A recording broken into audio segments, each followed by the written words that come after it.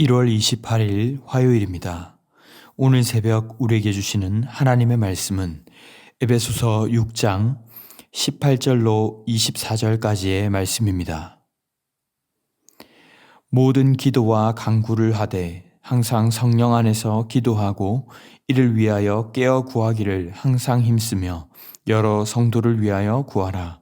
또 나를 위하여 구할 것은 내게 말씀을 주사 나로 입을 열어 복음의 비밀을 담대히 알리게 하옵소서 할 것이니 이 일을 위하여 내가 쇠사슬에 매인 사신이 된 것은 나로 이 일에 당연히 할 말을 담대히 하게 하려 하심이라.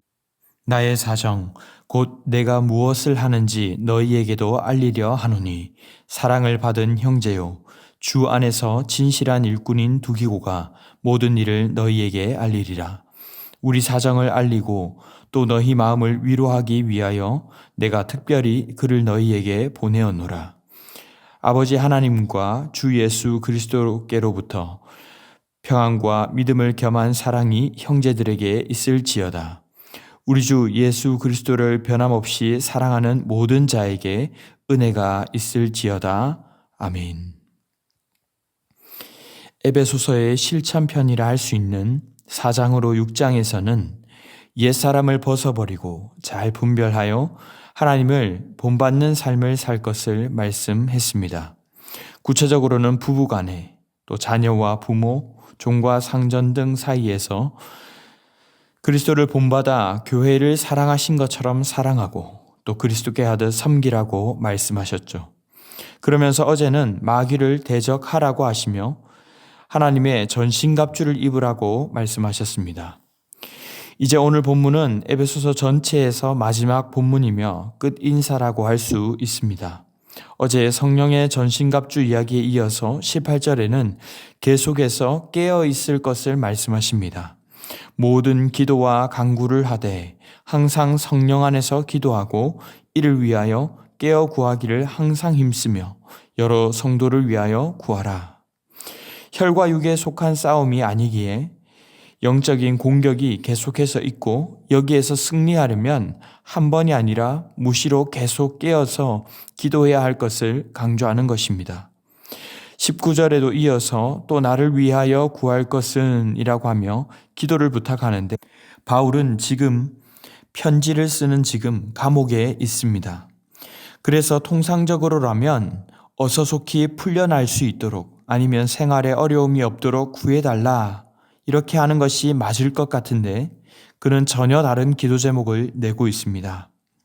내게 말씀을 주사 나의 입을 열어 복음의 비밀을 담대히 알리게 하옵소서 할 것이니 바울의 간절함은 자신의 일신의 문제가 아니라 자신이 어디에 있든지 끝까지 자신의 사명을 이룰 수 있도록 해주시기를 구하고 있는 것입니다.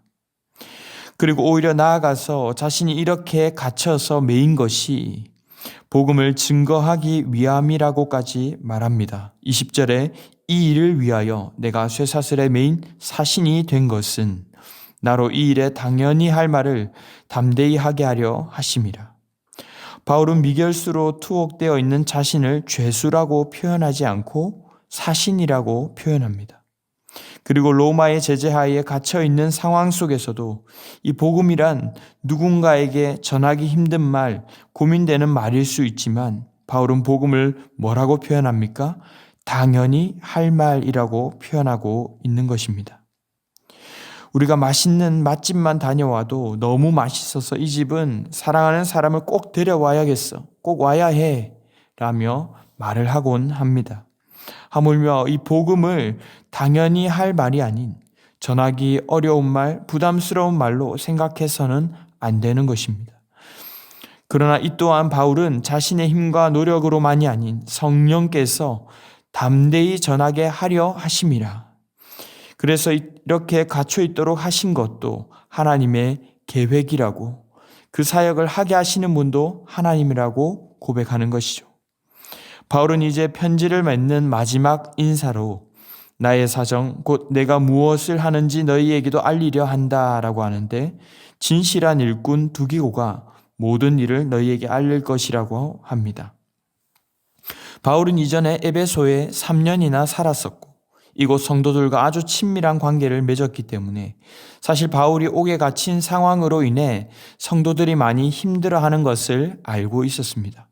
그래서 그들을 오히려 안심시키기 위해 자신을 주님께서 사신으로 보내셨다고 말하고 22절에는 두기고를 통해 사정을 알릴 것이고 너희 마음을 위로하기 위해 특별히 그를 너희에게 보내었다라고 하는 것입니다.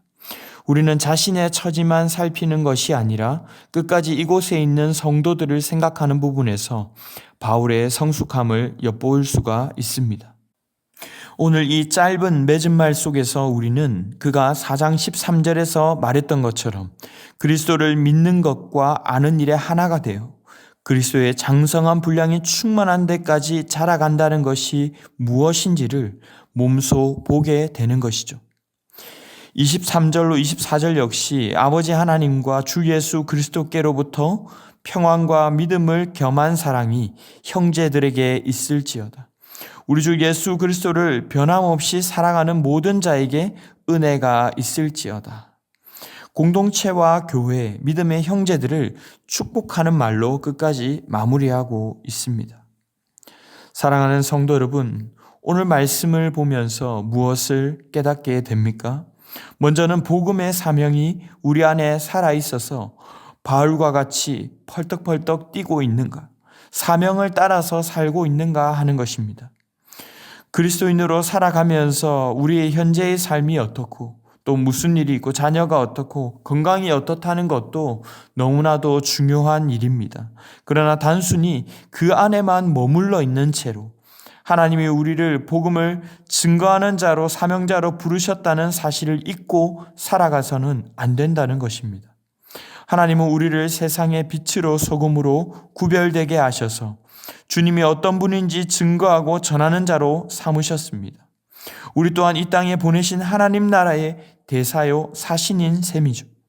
나의 나라가 아닌 주님의 나라를 세워갈 것을 생각하며 때를 얻든지 못 얻든지 복음 전하기에 힘쓰시는 저와 여러분이 되시기를 바랍니다.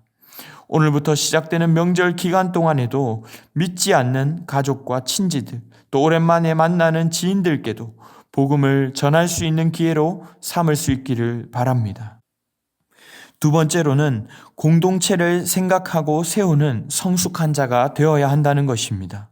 바울이 지금 보이고 있는 것처럼 복음을 증거하려면 우리는 나의 욕심을 내려놓고 나의 어려움보다는 상대의 어려움에 먼저 귀 기울여야 합니다.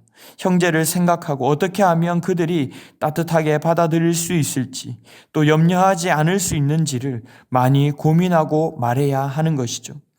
평안과 사랑을 전하는 말에 우리의 에너지를 쓰셔서 성실하고 복된 미래를 비추어주는 우리가 될 수 있기를 바랍니다. 이제 말씀을 맺겠습니다. 우리에게 주신 사명을 다시 한번 기억하시기 바랍니다.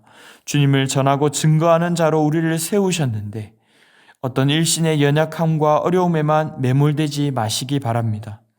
복음을 담대히 전하기 위해 누구에게 전할지, 어떤 방법으로 말을 뗄지, 어떻게 섬길지 생각하셔서 복음을 증거하는 오늘 한 날 되시기를 바랍니다. 그리하여 주님을 기쁘시게 하는 저와 여러분이 다 되시기를 주님의 이름으로 축원합니다. 기도하겠습니다. 사랑의 주님 감사합니다. 에베소서 말씀을 통해 우리를 값없이 은혜로 구원하셨음을 감사하며 고백합니다.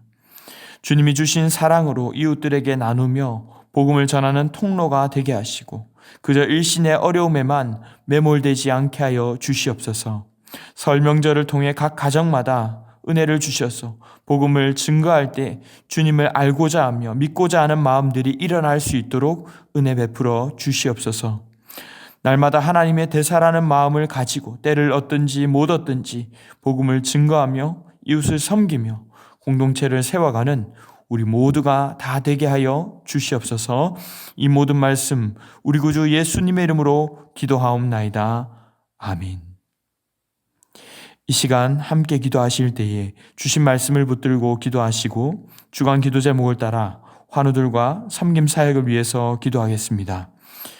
우리 교회 주보에 있는 많은 환우 명단이 있는데 또 연약한 분들을 위해서 항암 치료부 중인 분들과 또 영적, 육적, 정신적으로 힘든 분들을 위해서 기도해 주시기 바랍니다.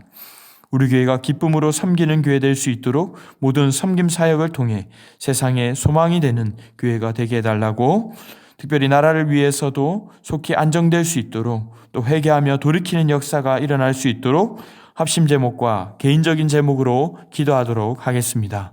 함께 기도하겠습니다.